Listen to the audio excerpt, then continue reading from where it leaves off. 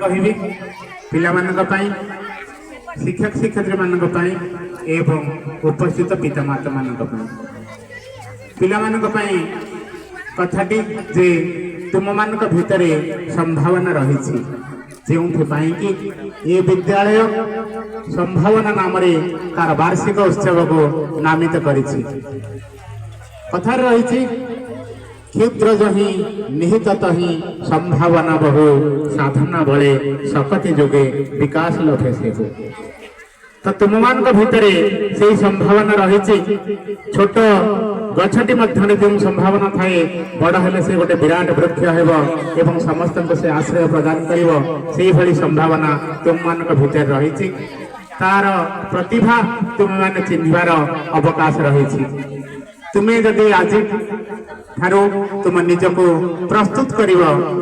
ही तुम्हें बड़ हेले से कथा तुम्हें हासिल कर छोट गपटी कहबी पहाड़ ऊपर गोटे पत्थर रही सुंदर पत्थर टे जहाँकि मूर्ति हवाई योग्य मूर्ति कारीगर टे से पत्थर टी को देखी मूर्ति बनवाई मनस्थ कले एवं जिते निहण मुगुर नहीं से पत्थर टी को काटवाई चेष्टा करते हाणवाई चेष्टा करते से पत्थर टी बहुत कष्ट हो कहला मूर्तिकार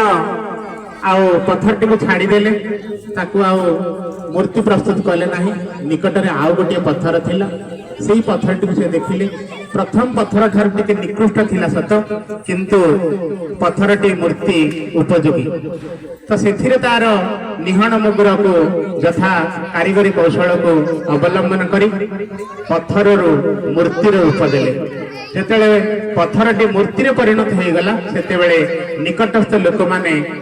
गोटे मंदिर प्रस्तुत कले एवं मूर्ति टी को से मंदिर रे स्थापन कले मूर्ति पूजन हेले दिने शिला होइथिबा पत्थर होइथिबा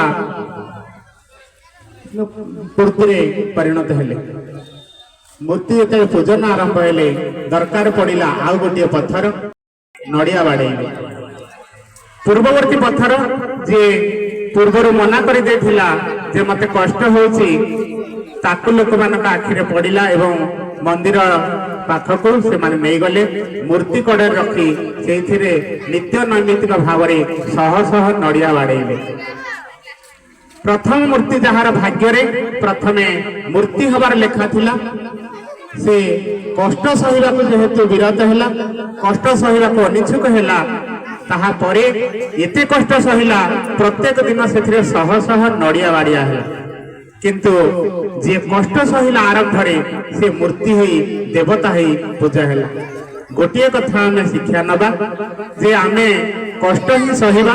कष्ट को यदि स्वीकार करिबा ताहले आमे परवर्ती समय निज को प्रस्तुत करिबा एवं गोटे सुस्थ नागरिक ही समाज कल्याण रे ब्रती हबा जदि आदि ठारू आमे कष्ट को सह्य न करिबा कातर हेबा ताहले सारा जीवन आमे पस्तेइबा दुख करिबा तेणु एबे समय रहिछि समय अतिक्रांत हो जाए नहीं तुम मानकर वर्तमान बढ़ीबार समय गुरु गुरुजन मानक ठारू पिता माता ठारू तुम्हें प्रत्येक कथा को आहरण कर एवं से शिष्य मानक भली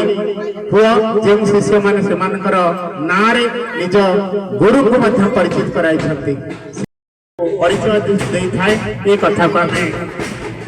मन रखिया कर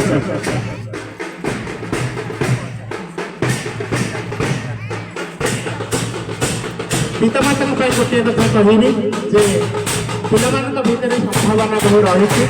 चिन्हतु पिला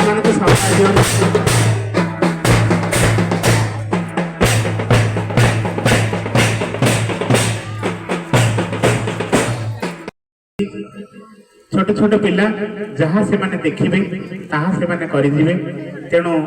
से भितर रही प्रतिभा को आपण को ही चिन्हट करने को पड़ो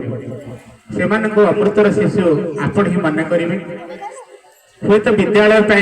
अनेक शिशु रही किंतु आपण मान से गोटे कि दुईटी पिला तेणु तांको गढ़िबारे कौन सी प्रकार आपण कमी रखतु नहीं